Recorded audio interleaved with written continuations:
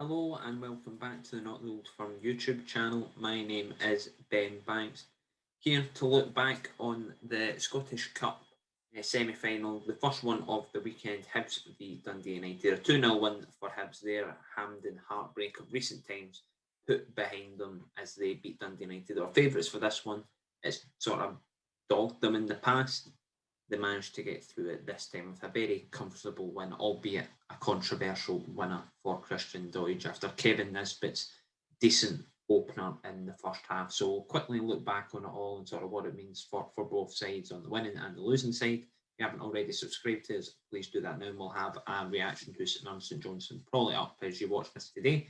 St Mirren v St Johnstone probably won't be too far behind either. It's a half-2 kick-off, I believe, at Hampden Park today. So if you haven't, if you're watching that and this is on the channel, go and check that out after it. But yeah, Hibs 2, Dundee United 0. Can't say Hibs didn't deserve it. They were much the better team. Dundee United perhaps looked a bit overawed by the occasion. Hibs have been there multiple times in the past, albeit haven't had much success. They were there in I think last season now. So strange to think back on it. It was only last season under Paul Heckingbottom, but they did get there in the League Cup semi-final. Were beaten, got to the Scottish Cup semi-final of last season, played it this season, beaten off Hearts in October, then in January beaten in the League Cup semi-final again, this time by St Johnstone, which for me was probably the bitterest blow, at least for Jack Ross anyway, because they just did not turn up in that second half, and St Johnstone obviously went on to win the cup. But well behind them this time. Dundee United, consistency has been the big problem for them. They absolutely smashed Aberdeen in the last round at the quarter-final stage, but then last week they lost 2-0 in a really flat performance to Ross County, a Ross County side who have really struggled in the league this year, home and away, and are fighting for their lives with a full team. They lost 3-0 away to Kilmarnock a few weeks ago before the quarter-final one, but that could almost be excused because they had a lot of young players in their team and it was more a case of resting bodies and it seemed to work. Not the case this time. They just looked a bit flat, missed a lot of chances, which had been the story of their season. Fairly solid throughout the team, and despite the fact they have got great attacking options, Mark McNulty, Lawrence Shankland, Nicky Clark, it's almost trying to shoot. There's almost too much. You need them all to start to keep them happy, but shoehorning them all into the one team in a narrow front three. Liverpool play a narrow front three of Mohamed Salah, Firmino and Mane. Now, not comparing the two directly in terms of ability, but that works because you've basically got two winners who can play strikers. Those three are out and out centre forwards. Maybe Nicky Clark can play in centre attacking midfield, but they're definitely not right and left wingers. And it just completely devoids them of service. And in midfield as well, looks like they're perhaps missing a creative midfielder. I quite like Giando Fuchs. I think he's a really good box-to-box midfielder, and I think Ian Harkes has got some nice touches about him, but they've not really got a proper number 10.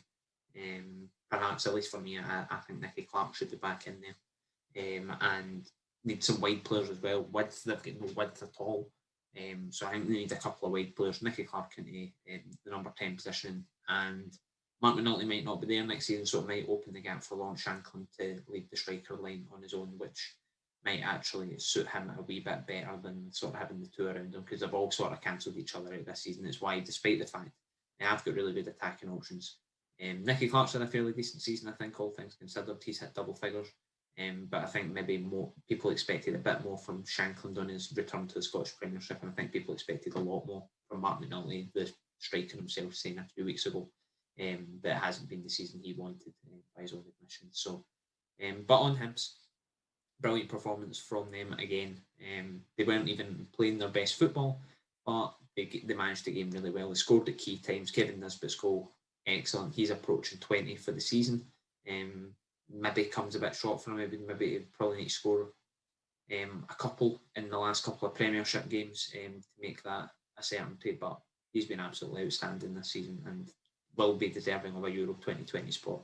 The debate sort of been between sort of him and Shankland for one of those last striker spots, and I think it was quite a good comparison really. Nisbet, when he got his chance, he buried it. Shankland missed a couple. Shankland still played. I thought he did have a fairly decent game, but you can tell Nisbet's the one firing all cylinders just now. For it's the second goal that's caused a wee bit of talking.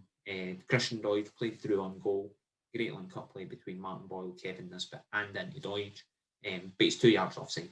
The referee has to be spotting that. It's not even a case of one of the ones down south where it's a marginal error.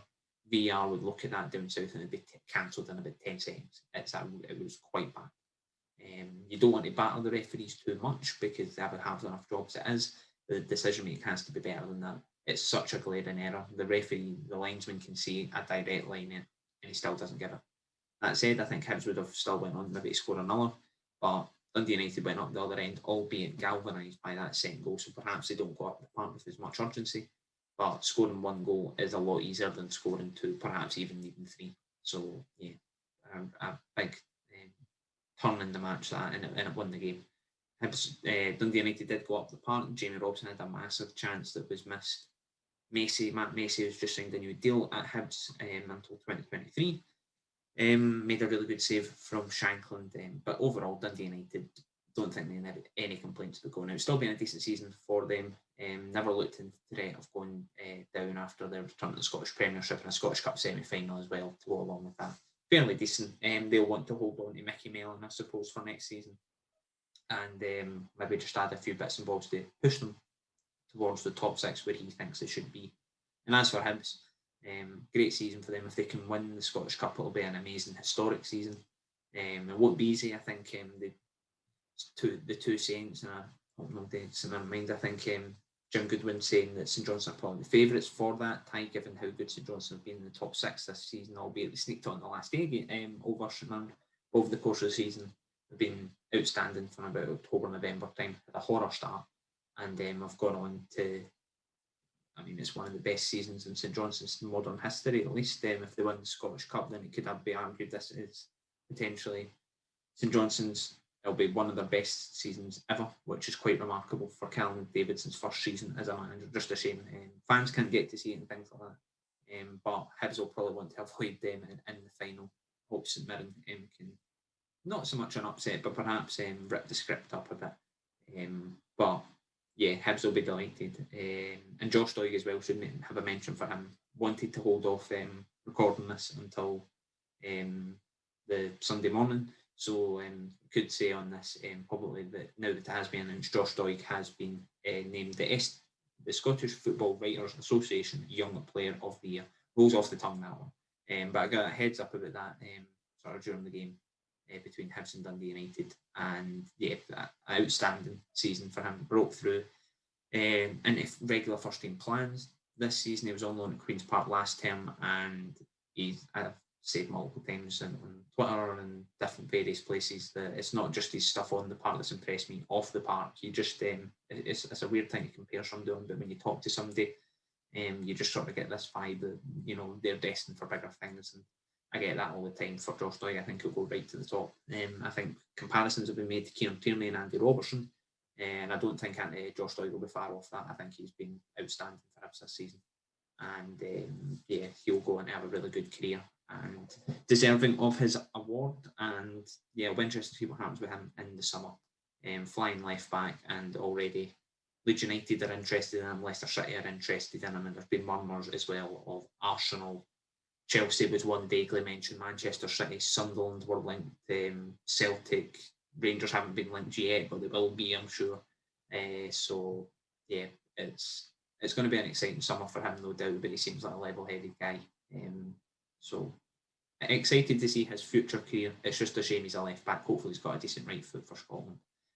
But yeah, that's all we've got time for on this sort of recap of Hibs Dundee United. Congratulations to Hibs, commiserations to Dundee United. If you haven't already subscribed, please do that.